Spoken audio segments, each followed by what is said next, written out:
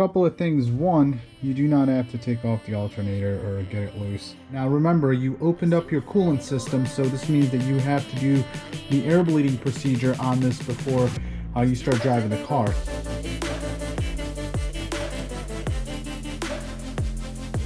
What's going on, guys? Welcome back to the channel. Today we are going to be working on my 335xi, and we are going to be doing the oil filter housing gasket. Now, if you don't know what that is, this is a pretty common issue that you see with these engines where the gasket, well, there's a couple of common issues. One of them are these coolant hoses that break and pop, and then there's this little coolant plastic piece here that I obviously swapped out for metal, but the oil filter housing gasket is notorious for eventually leaking. Now, the issue with the oil filter housing gasket, from what I understand, I did not have to learn this the hard way, but from what I understand is when it does go bad, one, you lose either oil or coolant. In my situation, it's coolant. But the worst part of it is somehow, some way, this gets onto your serpentine belt, which causes the belt to jump off the crank pulley and get sucked into the block, which that's the craziest thing I've ever heard. But apparently that's something that can happen on this engine, and I'm not really interested in finding out the hard way. So gonna go ahead and address that today. Minimal parts needed, minimal tools, so let's get to it. So getting started, the first thing you want to do is remove that back cowl part with the air filter and all that. By the way, this is also a good time to do your air filter and clean out these little duct areas. After that's done, I don't know what your setup is like, but if you have the filters, obviously the whole side here is coming apart, and this intake's got to come off because the filter housing has a bolt. I'll show you guys here, all the way under, right there, right where my thumb is, which you can't get to unless you remove the manifold. So I'm gonna go ahead and remove the manifold so we can access that. And then it also looks like the alternator is bolted to the filter housing, which also means the belt's got to come off. So we're gonna have to do a little bit of finagling here to get all that stuff apart, but it looks like it's all easily doable.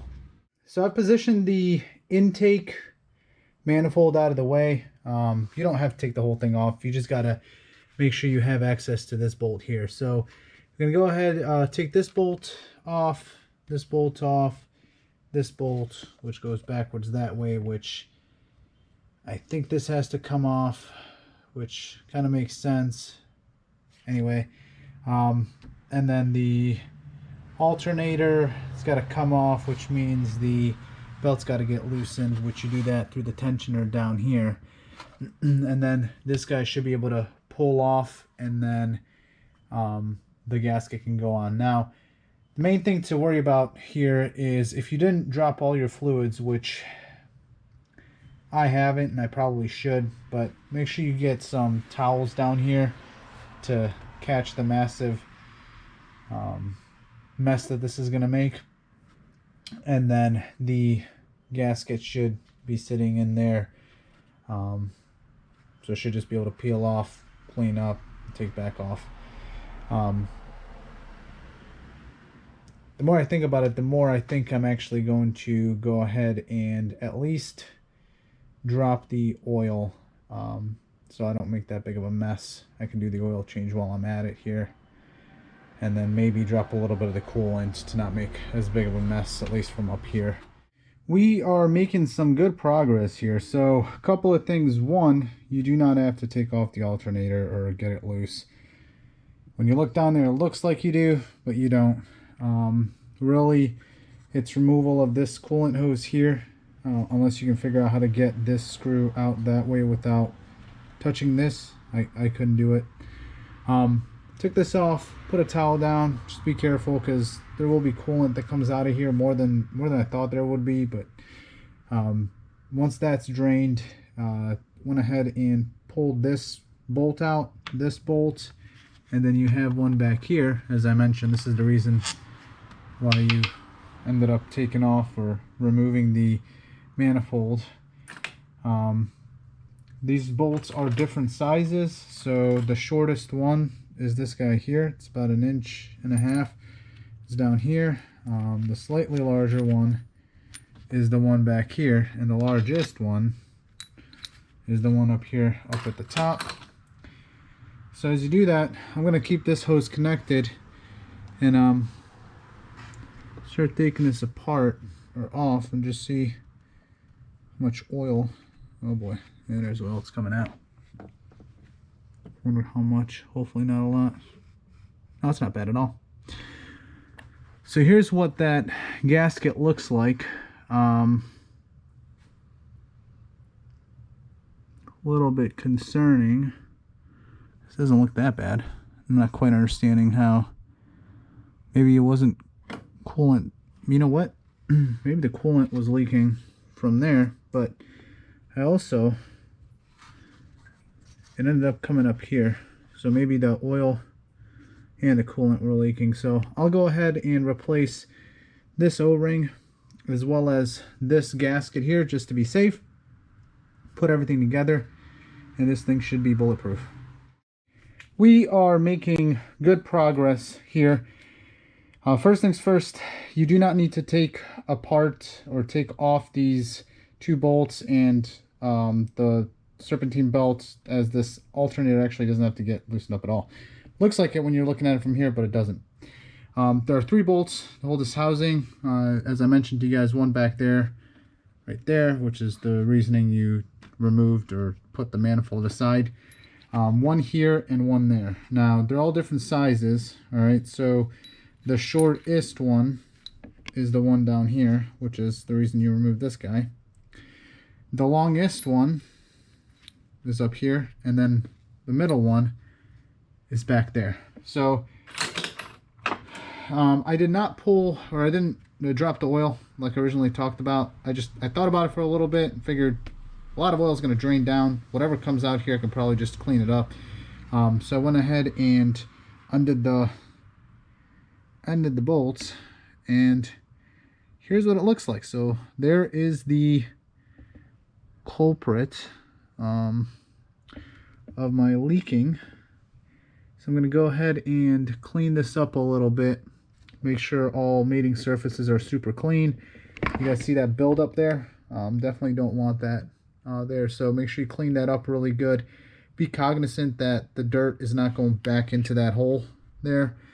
And then we'll replace this gasket, tighten everything down, and we should be good to go. Before I replace the gasket, I want to show you guys what the failure point was in this gasket. So you would expect to see some kind of cracked gasket or something to that effect. The answer to that is none of those occurred. As I run my finger along the gasket, there's a slight dent right here that almost goes down to the housing itself. If I had to guess, that's where the leak occurred. So I'm going to go ahead and pry this gasket out and put the new one on, bolt it back down. We'll be back together here shortly. The car went back together smoothly. No further issues. Put everything together. Doesn't look like there's any more leaks. I did run a fan from the top to get rid of as much of the coolant that was up here. Still made a little bit of a mess, but I think we did all right. Now remember, you opened up your coolant system, so this means that you have to do the air bleeding procedure on this before you start driving the car. So to do that, go ahead and open up your coolant reservoir, fill up your coolant in here. You're gonna get into your car